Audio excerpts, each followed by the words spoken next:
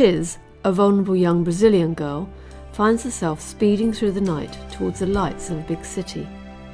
Her companion is a man who has promised her parents that he will find their daughter work as a maid. What awaits her there is something different, however, and her life becomes increasingly fraught with danger, both mental and physical. Interwoven into this tragic and violent storyline is the account of a young doctor whose life and love affair in the south of England are in stark contrast to the dangerous, sexually abusive situation in which Tiz finds herself. Yet their stories and that of their families become closely linked. You are listening to Tiz from the novel The Garden of Sparkling Delight by Deborah Vaughan. Part 5. Sadistic Delight. Tiz is set to work under the cruel eye of the turtle. Tiz is given her professional name Little Flower, and the turtle ensures she eats enough to fatten her up, making her attractive to Sparkling Delight punters. Tiz, however, is desperate and tries to escape. Aidan, a young English boy, arrives home to find his uncle Rhys talking with his mother. Rhys is proposing Aidan joins him on his next business trip to Brazil, all expenses paid. As if in a daze, Tiz fetched the broom from the cupboard and began to sweep the kitchen. It was indeed dirty, but Tiz was too shocked to notice the bits of food and dust scattered over its surface. After the last spider and an unwelcome lizard had been shooed out into the yard along with the crumbs, Tiz sat down at the kitchen table and put her head in her hands. Gradually, fear and dread began to rise inside her as she allowed herself to think through the implications of what Yara had said. What was she going to do? "Papai," she murmured, "please come and rescue me, please." Later on that evening, when all was finished in the kitchen, she crept into the waiting hall. Several of the girls were sitting on the sofas, and the doors to some of the rooms were tightly closed. Yara was there and gave Tiz a tired smile. "Mine's the bunk by the window," she whispered. "The spare bed's underneath." And so Tiz joined the whores of the Sparkling Delight brothel, and lay in bed and thought of home. The ache in her heart throbbed as the night sounds of the big city wrapped the sad house in an impersonal blanket of noise. Somehow life went on. Each day the sun continued to rise, and the air was still there to breathe. But Tiz went around in a state of constant terror. Fear had so gripped her being that her mind was almost paralyzed. She could think of nothing but the next thing she'd been asked to do. The kitchen became like a refuge, and she worked ferociously all day long, cooking and scrubbing, until it began to look much cleaner than when she'd arrived. "If I'm a good cook and cleaner," she thought to herself as she scoured the sink in a desperate frenzy, "they'll let me stay in the kitchen." The turtle, who was standing by the open door talking on her mobile phone, glanced up and, noticing Tiz's industry, smiled a cruel smile. "Good," she said to herself as she finished her call and went into the dining room. "At least the housework's being done properly." Tiago, sitting at the dining room table reading a newspaper, looked up as the turtle entered. "Why is Little Flower still working in the kitchen?" he inquired. "Because," replied the turtle, "first of all, she's far too skinny, and secondly, I haven't been offered enough for her yet. I'm waiting for a rich tourist to come. There are several who visit us regularly, and they pay much more than the local boys for a virgin." "Does she know that?" queried Tiago. "She knows," replied the turtle shortly. "Why do you think she's working so hard?" she inquired, laughing sadistically. "And Tiago," she went on, "you paid far too much for her. She's thin and nervous. I don't think she'll last long. I've seen her type before. Waste of money. she added as an afterthought. Although, she continued thoughtfully, we might sell her on, but I don't think we get much for her. She'd better stay. That afternoon the turtle went out again, and Yara and Tiz were able to snatch a few moments together on the top bunk. It's lovely when the old devil goes out, remarked Yara fiercely. It's as if the house stops holding its breath. I hate her, she added vehemently.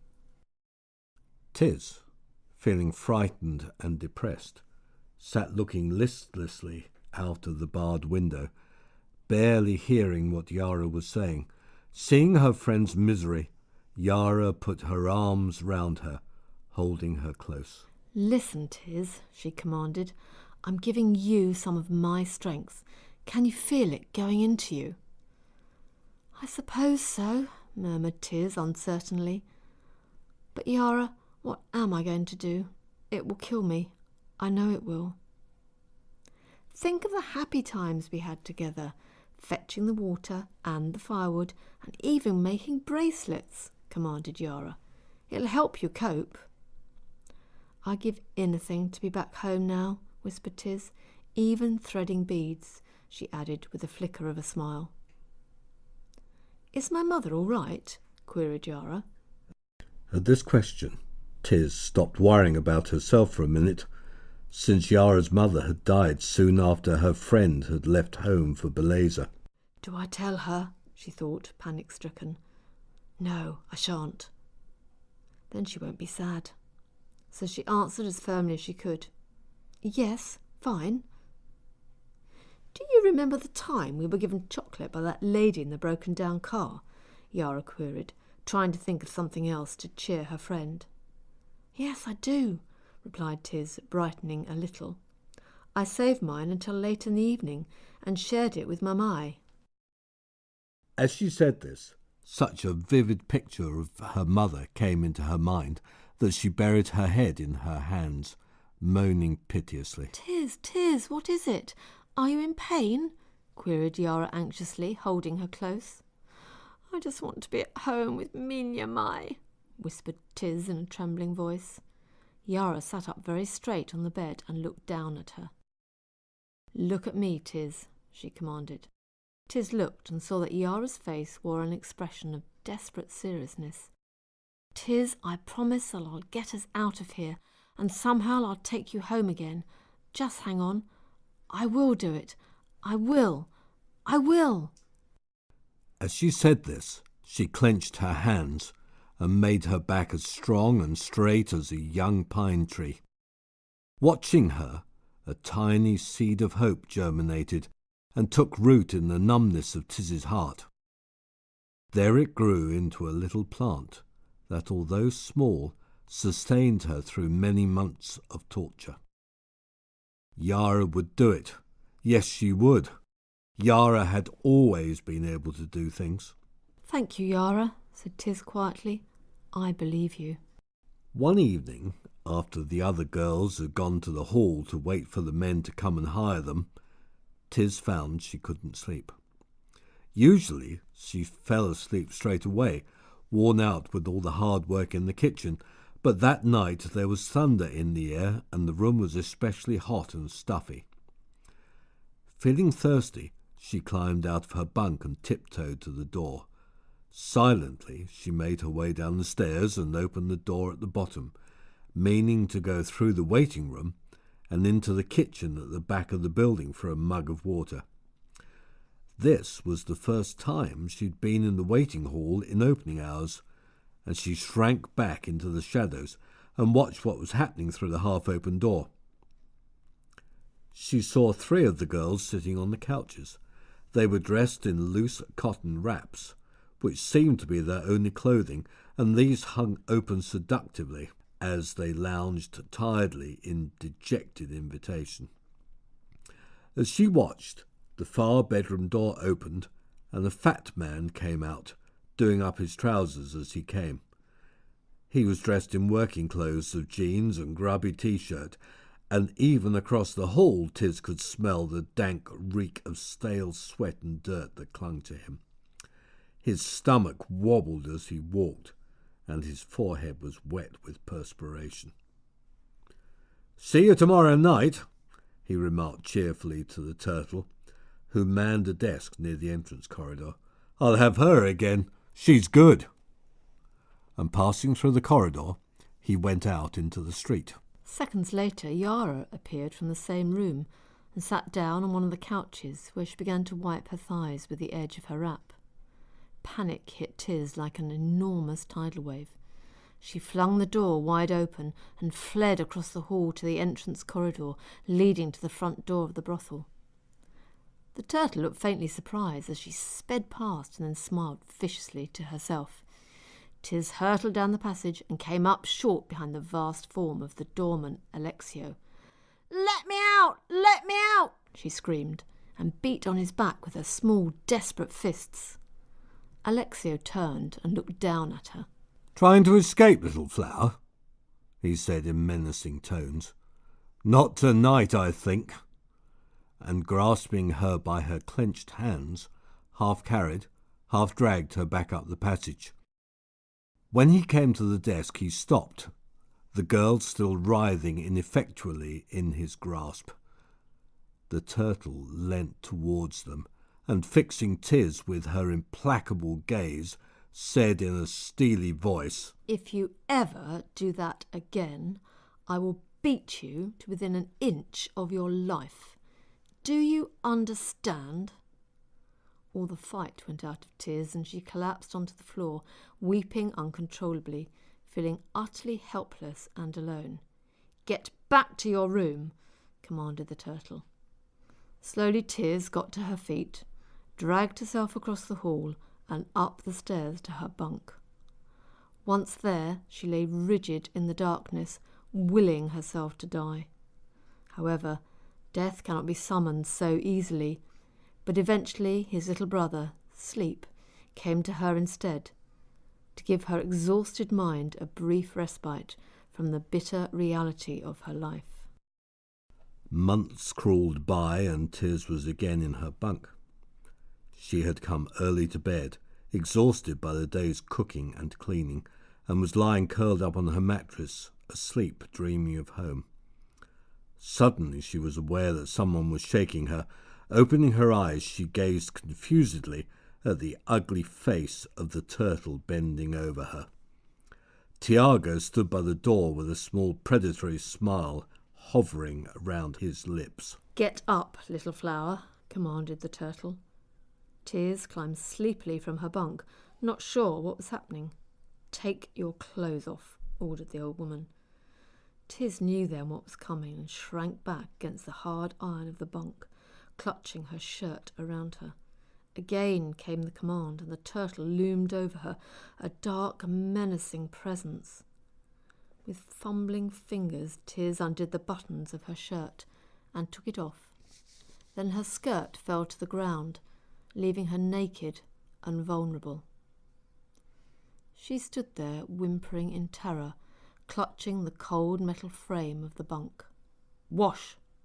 The word stung like a whiplash. Tiz stumbled over to the basin and did her best to comply, but her hands were shaking so much that the soap kept falling to the ground. "Hurry up!" snarled the turtle, and hard fingers dragged a comb through her hair and smeared her small mouth with lipstick. "Put this on," came the harsh command, and a cotton wrap was thrust into the girl's trembling hands. Tiz slipped her arms into the sleeves and clutched it tightly round her slight body, desperately trying to cover herself. "Out you go," growled her tormentor, pushing Tiz in front of her down the stairs. As they crossed the hall, the turtle caught hold of her arm in a vice-like grip and forced her into one of the bedrooms. Once inside, she grasped the wrap, wrenching it off, and threw Tiz onto the bed. "Lie there," she ordered in a hard, fierce voice, "and keep still if you don't want to be beaten. Open your legs wide. No, wider. Keep them like that if you value your life. Try to look happy, for God's sake." She went out, closing the door firmly behind her. Tiz lay on the bed, gazing up at the room's single light bulb, trembling uncontrollably, her stomach knotted and her breath coming in short gasps. She felt utterly vulnerable and alone.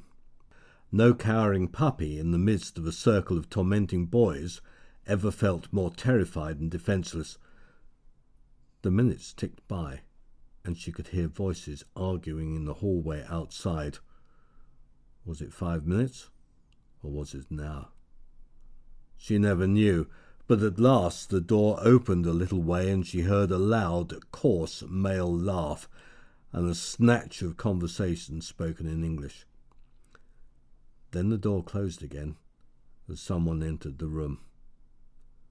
Tiz shut her eyes tightly and held her breath. Footsteps crossed the room and she could hear heavy breathing. Someone was looking down at her.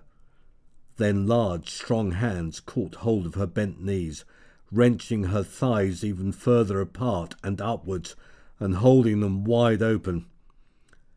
Tiz held her breath and pressed her back into the mattress to try and get away from the pain, but the hands pinned her firmly to the bed.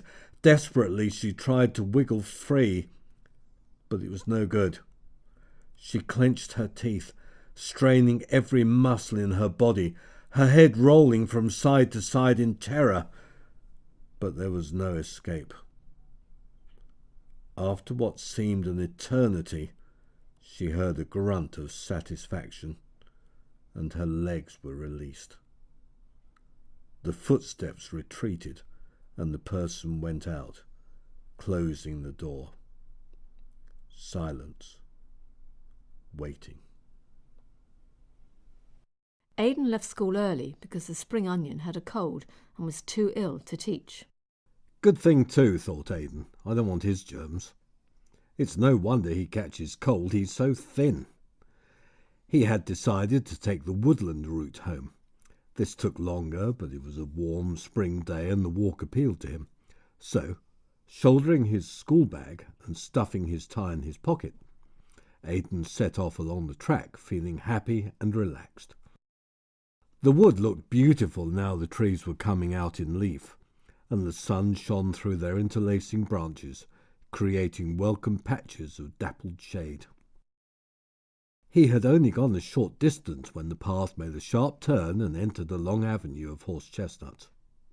As he rounded the bend, Aidan stopped short in astonishment, for the way ahead was covered with a blanket of pure white, as if it had been snowing. No, not snow, thought Aidan. It must be the horse-chestnut flowers. This would make the spring onion feel better. Coming towards him over the white carpet was a pretty young woman. She was dressed in blue jeans, and long fair hair hung down either side of a beautiful oval face. As he watched, a fluffy black standard poodle bounded out of the trees and fell in beside her. Aidan began to walk forward again, and the two passed each other on the path. After a few more steps, he stopped, turned, and looked back. The young woman had also halted, and was bending down to kiss the poodle's fluffy topknot as it stood looking up at her. Her long hair was falling over her face like a golden curtain, and brushing the top of the dog's head as it gazed at her adoringly. Lucky dog, thought Aidan. Wish I could change places with you and be kissed by that girl. He continued on his way, but his cheerful mood changed, and restless depression took its place. He thought regretfully that there was not much chance of meeting any nice girls when he was condemned to go to a boys' school. How he longed for a really pretty girlfriend. At the rate I'm progressing, he thought sourly, I shall still be a virgin when I'm 90.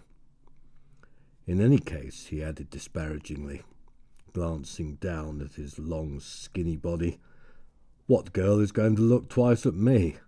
I've got the muscles of a prawn. He was still feeling moody when he turned into his driveway, only to see his uncle Rhys's large saloon car parked behind his mother's small hatchback. All I need, thought Aidan angrily, and gave his uncle's tyres a kick as he went past the car. I wonder what he wants. The idea then occurred to him that he could perhaps slip into the house and creep upstairs to his room. Then I won't have to talk to him, he thought. But his mother heard his key turning in the lock and called out as he opened the front door. When he entered the lounge, Aidan could see that she was pleased about something, as a small smile was hovering round her lips, and she was getting on well with his uncle, which was unusual. "Darling, Rhys has a proposition to put to you," she said. "Hello, uncle," said Aidan curtly. "Aidan," replied his uncle, who appeared to be trying hard to look less poisonous than usual. "How would you like to come with me on my next business trip to Brazil? I could do with the company. You seemed to enjoy it when you came with your mother a few years ago. I'm going straight after your final exams, so you won't miss any schooling." And he looked inquiringly at his nephew. To his great surprise, Aidan found himself saying yes. Anyway, he thought, it'll be something to do while I'm waiting for my A-level results. And then it's off to medical school and goodbye, Rhys. Accordingly, on a sunny day in high summer, a plane taxied down the runway at Heathrow and took off, bound for Brazil. Aidan, seated next to his uncle, felt a little flutter of excitement as he watched the airport disappear from view, and contemplated 2 weeks of adventure stretching out in front of him, away from the safe company of his mother. The journey was long and uneventful. For much of the time, Aidan watched the in-flight films, and Rhys beavered away on his laptop. During their first meal, Aidan tried to think of a safe topic of conversation, for he knew from bitter experience that Rhys didn't approve of the way he lived his life, and would have preferred his nephew to spend every night out clubbing. Finally, in desperation, he said, "Uncle, what exactly is it that you do? I know you're a civil engineer, but I'm not sure what that involves. Tell me." "I used to work for a civil engineering firm," Aidan replied Rhys, "but I've my own consultancy now." "You should be a civil engineer," he added. "It's a challenging career, long hours, but plenty of opportunity to enjoy yourself too." "I don't understand why you want to be a doctor," he went on. "As far as I can see, it's all sick and shit." Then, as a shadow passed across his normally brash face, he added, "And you have to tell people they're going to pop off." "I do believe he's scared of dying," Aidan said to himself in surprise. "He's not as brave as he makes out to be. How odd." Their conversation was cut short by the arrival of the air hostess with the meal trolley, and after Rhys had finished his food and drunk his coffee, he reclined his seat to its fullest extent, much to the annoyance of the passenger behind, and proceeded to go to sleep. When he began to snore with his mouth wide open, Aidan would cheerfully have disowned him. 2 weeks with Uncle Rhys. I must be mad, he thought dismally. But what does he mean? Enjoy yourself. He mused. I've never seen him do anything sporty. Anyway, he's too fat for that, and he's not a culture vulture. So what is it he does? There was no answer to this question, so he began watching another film, glad that he didn't have to talk for a while. Aidan sat under a yellow umbrella on the wide terrace, gazing at the view. The hotel was perched high on a hillside, and down below were numerous other hotels half hidden in the trees. At the foot of the hills ran a broad river, and he could see where this met the sea in a wide sweep of silver and blue loveliness. Ships, large and small, speckled the waters of the estuary, and there appeared to be some sort of port almost directly below him.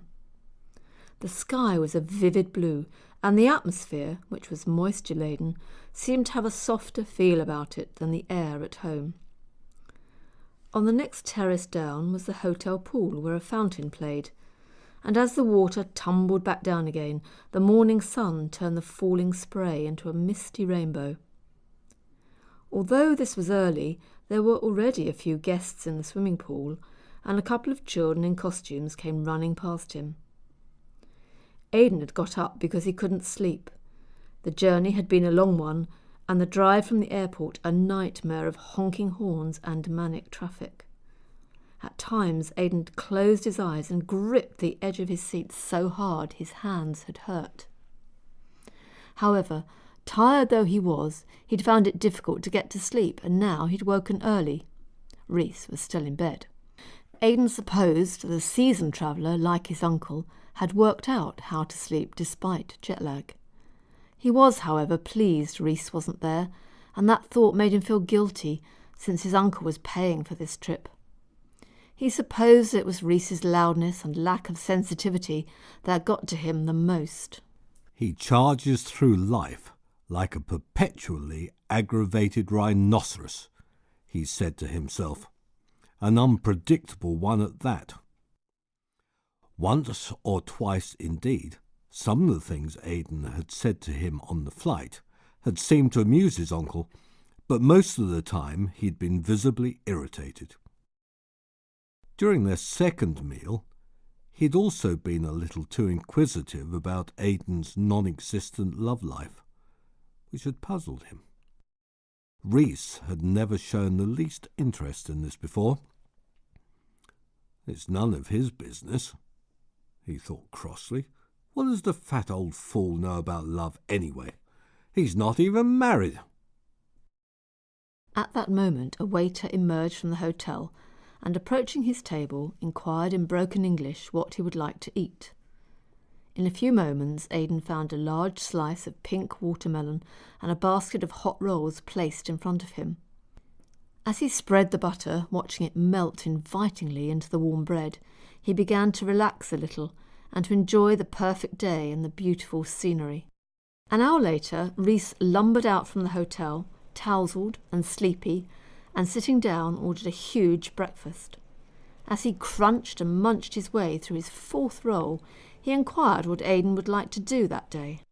I've got business to attend to, Aidan, he said. Why not take a taxi to the main shopping centre and get the feel of the place again? Do you remember it from when we were here a few years ago? Not really, Uncle, replied Aidan. You've taken me to several places since then, and the shops all seem to merge into one. I need to buy some presents though, he added, so that sounds like a good plan.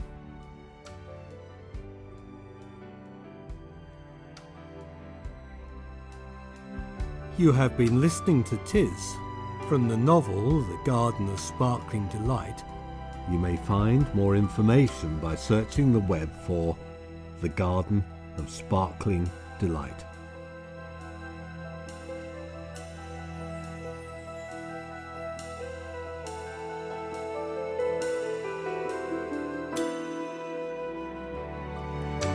Soaring to the skies with the wind in your hair, is safe.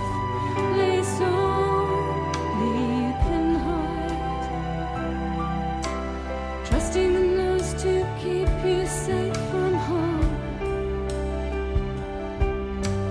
No hope tomorrow, nowhere to run, wondering how your life could be so cruel. Just like the